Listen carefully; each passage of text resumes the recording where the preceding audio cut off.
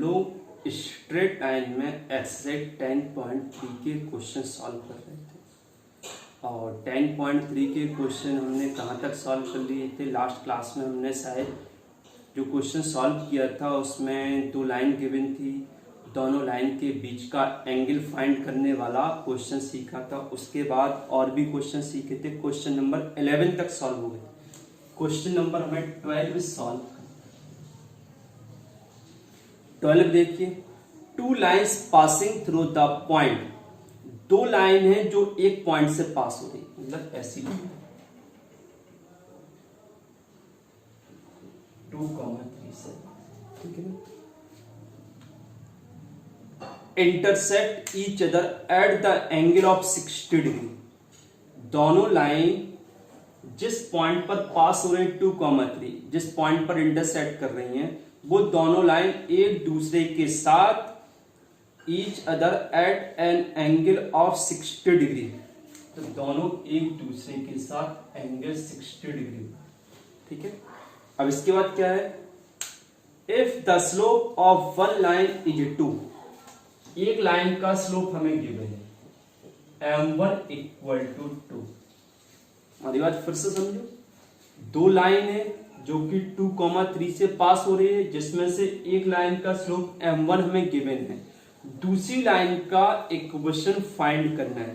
तो जो दोनों लाइन है 2,3 से पास हो रही है, जिसमें एक लाइन का स्लोप गिवन है m1 इक्वल टू 2, तो इस लाइन का इक्वेशन हम फाइंड कर सकते हैं, क्योंकि जो इसको हमने ले लिया L1 इक्वल टू 0, इस लाइन को L2 इक्वल टू 0। हम L1 वाली लाइन को फाइंड कर सकते हैं, बट हमें L1 वाली लाइन को फाइंड करना नहीं है, फाइंड करना है L2 वाली लाइन। L1 वाली लाइन 2,3 से पास हो रही है और L2 वाली लाइन भी 2,3 से पास हो रही है। तो हमें लाइन का इक्वेशन फाइंड करने के लिए एक पॉइंट का रिक्वायरमेंट है, तो 2,3 L1 और L2 दोनों के लिए काम करता है। लेकिन फाइनली हमें L2 लाइन का इक्वेशन फाइंड करना है, तो L2 लाइन का इक्वेशन फाइंड करने के लिए L2 पर 2,3 पॉइंट लिखे, बट L2 लाइन का स्लोप हमें पता नहीं है। अब स्लोप हम फाइंड करेंगे, तो L1 और L2 के बीच का एंगल 60 डिग्री है और पहली लाइन का स्लोप मतलब L1 लाइन का स्लोप m1 इक्वल टू 2 है, यही है ना, और L2 लाइन का स्लोप हम फाइंड करेंगे, ठीक है। यदि हमें m2 मिल जाएगा तो लाइन का इक्वेशन हम फाइंड कर सकते हैं। आपको पता है यदि दो लाइन एक दूसरे के साथ कोई एंगल बनाती हैं और एक लाइन का स्लोप गिवन है, दूसरी लाइन का स्लोप हमें फाइंड करना है, तो हमारे पास एक फॉर्मूला था दो लाइन के बीच का एंगल फाइंड करने वाला। उस फॉर्मूले की हेल्प से हम m2 फाइंड कर सकते हैं। तो tan theta equal to mod of m1 minus m2 upon 1 plus m1 into m2। तो tan 60 डिग्री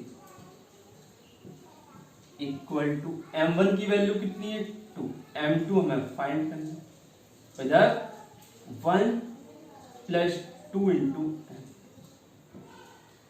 tan 60 डिग्री कितना होता है √3 mod of 2 minus m2 upon 1 plus 2m। अब कैसे सॉल्व करेंगे, हमने बताया था जब मॉड होता है तो मॉड को सॉल्व करने के लिए मॉड को हटाना पड़ता है। जब मॉड को हटाते हैं तो एक बार प्लस साइन आता है, एक बार माइनस साइन आता है। कर दीजिए इसको,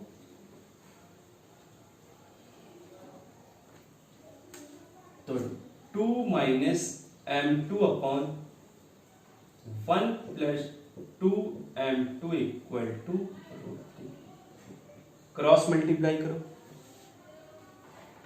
जब हम क्रॉस मल्टीप्लाई करेंगे तो देखो क्या मिलेगा, √3 plus 2√3 m2 equal to 2 minus, ठीक है। हमें दो कंडीशन लेनी ना, जब हटाते हैं तो एक बार प्लस साइन और फिर एक बार 2 minus m2 upon 1 plus 2m2 equal to minus √3। पहले प्लस वाले को सॉल्व करके √3 का इंटू किया, अब m2 वाले टर्म एक साथ ले लो, तो 3 √2m2 और plus m2 equal to 2 minus root 3। m2 common आ जाएगा तो 2 root 3 plus 1 equal to 2 minus root 3। तो m2 equal to 2 minus root 3 upon 2 root 3 और प्लस 1। तो m2 की एक वैल्यू हमें एक लगे, दूसरी वैल्यू वहां से मिलेगी, क्रॉस मल्टीप्लाई करो तो माइनस रूट 3 और minus 2 root 3 m2 equal to 2 minus, हमने माइनस रूट 3 का इधर मल्टीप्लाई कर दिया। अब m2 वाले टर्म एक साथ ले लो तो इधर आएगा m2 माइनस 2 रूट 3 m2 को इधर लाए ना तो ये माइनस का प्लस हो गया इक्वल टू 2 प्लस रूट 3। अब m2 इसमें कॉमन ले लो तो 1 minus 2 root 3 equal to 2 plus root 3। m2 equal to 2 plus root 3 upon 1 minus 2। तो यहां पर m2 की हमें दो वैल्यू मिली है, क्योंकि हमने मॉड को हटाया तो उसके अकॉर्डिंग m2 की दो वैल्यू मिली। ऐसा क्यों हो रहा? क्योंकि हम यदि एक लाइन ड्रॉ करेंगे तो एक लाइन के किसी पॉइंट पर ऐसी दो लाइन होगी जो सेम एंगल बनाएंगे। देखो इधर पर ऐसा हमने ड्रॉ किया तो इधर यहाँ पर 60 डिग्री बनाए और दूसरी लाइन भी नीचे की साइड ड्रॉ करेंगे तो वो भी 60 डिग्री बनाए। तो इसलिए m2 की दो वैल्यू आएंगी, क्योंकि एक लाइन के साथ सेम एंगल बनाने वाली दो लाइन होंगी, एक क्लॉकवाइज एक एंटी क्लॉकवाइज, ठीक है ना, एक क्लॉकवाइज एक एंटी क्लॉकवाइज डायरेक्शन में, ध्यान रखना। इसलिए m2 की दो वैल्यू आएंगी। अब दोनों वैल्यू के अकॉर्डिंग लाइन का इक्वेशन हम फाइंड कर सकते हैं। कैसे? हमें पॉइंट गिवन है 2, 3। तो पहली कंडीशन m2 इसको लेंगे तो y minus y1 3 equal to 2 minus root 3 upon 2 root 3 plus 1 और ब्रैकेट में x माइनस x, पहली कंडीशन। और दूसरी कंडीशन जब m2 इसको लेंगे तब उसके अकॉर्डिंग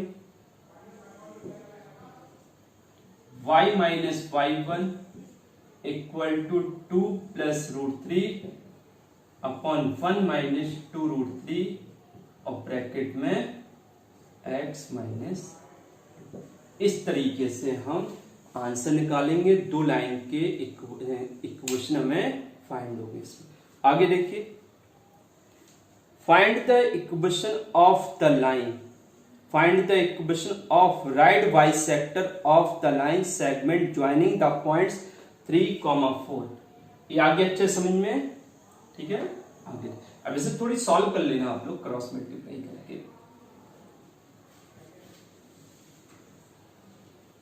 क्वेश्चन नंबर 13 में देखो क्या कह रहा है। 13 में कह रहा find the equation of the right bisector of the line segment joining the points 3, 4, joining the points 3, 4 and -1, -1, 2। अब इस क्वेश्चन पर ध्यान दीजिए अच्छे से। ए बी एक लाइन सेगमेंट है, हमें एक ऐसी लाइन का इक्वेशन फाइंड करना है जो इस लाइन पर राइट बाइसेक्टर है। राइट बाइसेक्टर का मतलब समझ गए? राइट का मतलब 90 डिग्री पर इसको बाइसेक्ट कर रही वो लाइन, 90 डिग्री पर बाइसेक्ट कर रही। इट मींस जिस लाइन का इक्वेशन हमें फाइंड करना है वो लाइन इस ए बी सेगमेंट को मिड, बाइसेक्टर का मतलब मिड पॉइंट पर इंटरसेक्ट करते हुए जा रही है, साथ में 90 डिग्री एंगल बना रही। तो हमें इस लाइन का इक्वेशन फाइंड करना, ए राइट और ये हो गया बाइसेक्टर। राइट का मतलब 90 डिग्री पर 90 डिग्री बनाते हुए मिड पॉइंट से पास हो रही है, राइट बाइसेक्टर होगी। अब हमें इस PQ लाइन का इक्वेशन फाइंड करना, P एंड Q। अब किसी भी लाइन का इक्वेशन फाइंड करने के लिए हमें क्या पता होना चाहिए, लाइन पर एक पॉइंट और लाइन का स्लोप। तो यहाँ पर पी क्यू का ना तो स्लोप है ना ही कोई पॉइंट है, और यहाँ पर जो ये पॉइंट है सी वो ए बी का मिड पॉइंट है। तो जो सी पॉइंट है वो ए बी पर लाई कर रहा है और जो सी पॉइंट है वो पी क्यू पर लाई कर रहा है। यदि हम सी पॉइंट के कोऑर्डिनेट हम फाइंड कर लेंगे तो पी क्यू पर हमें पॉइंट मिल जाएगा। तो एक कंडीशन मिल गई पॉइंट। अब दूसरी कंडीशन स्लोप का रिक्वायरमेंट है। तो आपको पता है P Q is perpendicular to A B. आपको ये पता है जब दो लाइन एक दूसरे पर परपेंडिकुलर होती है तो दोनों लाइन के स्लोप का इंटू -1।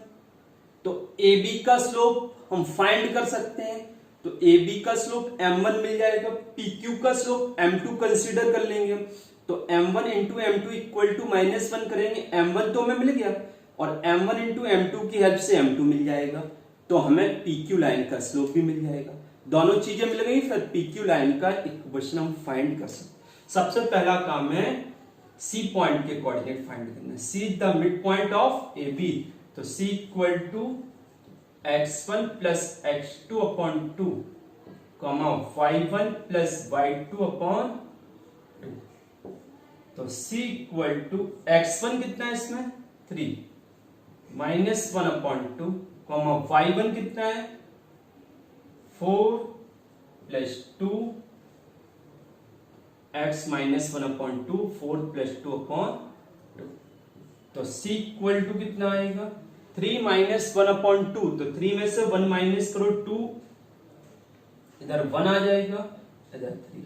तो c पॉइंट हमें मिल गया। तो PQ लाइन पर एक पॉइंट मिल गया। अब हमें PQ लाइन का स्लोप फाइंड करना है। तो PQ लाइन का स्लोप हमने m2 ले लिया, इसका स्लोप m1। तो हम AB का स्लोप फाइंड कर सकते हैं। m1 इक्वल टू फॉर्मूला क्या होता है y2 minus y1 upon x2 minus x1। तो m1 इक्वल टू y2 की वैल्यू कितनी है 2, y1 कितना है 4, x2 कितना है -1, x1 कितना है 3।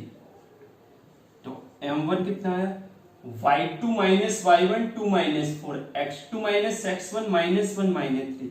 तो इधर आएगा -2 अपॉन -4, इससे कैंसिल हो गया 1/2 आ गया। अब हमें PQ का AB का स्लोप मिल गया। अब AB और PQ के स्लोप का इंटू -1। तो क्या करेंगे इसमें m1 into m2 equal to -1। m1 की वैल्यू 1/2, m2 हमें फाइंड करना है। तो m2 की वैल्यू आ गई है -2। तो हमें PQ का स्लोप मिल गया और PQ पर पॉइंट भी मिल गया। समझ में आ गया। अब आगे देखिए PQ का इक्वेशन कैसे फाइंड करेंगे। देखिए इधर -2 अपॉन -4 1/2, इधर 1/2 पुट किया, m2 की वैल्यू -2 से। अब हमें लाइन का इक्वेशन फाइंड करना है। Formula y minus y1 equal to m और x माइनस x1। तो y माइनस y1 कितना है 3, m कितना है -2 और x माइनस x1 कितना है 1। तो इधर आएगा y माइनस 3 इक्वल टू -2 और +2, ए टर्म साइड ले आओ। तो y plus 2x -3 -2 equal to 0। तो y प्लस 2x -5, ये आ गया PQ लाइन का इक्वेशन। तो समझ में आ गया। तो आज की क्लास में हमने क्वेश्चन नंबर 12 और क्वेश्चन नंबर 13 सॉल्व करना सीखा है। तो इन दोनों क्वेश्चन को एक बार अच्छे से घर पर आप लोगों को प्रैक्टिस करना है, उसके आगे के क्वेश्चन सॉल्व करने का ट्राई करना है। यदि आपसे सॉल्व नहीं होंगे तो नेक्स्ट क्लास में हम लोग डिस्कस करेंगे। अब इसमें एक और कंडीशन है कि यदि आप चाहो तो जो सी पॉइंट है, सी तो मिल गया, एक होता है क्वेश्चन फुट ऑफ परपेंडिकुलर के कोऑर्डिनेट। तो ये नेक्स्ट क्वेश्चन में 14 क्वेश्चन में फुट ऑफ परपेंडिकुलर के कोऑर्डिनेट फाइंड करने वाली हम लोग कंडीशन सीखेंगे। ठीक है ना। आज की क्लास के लिए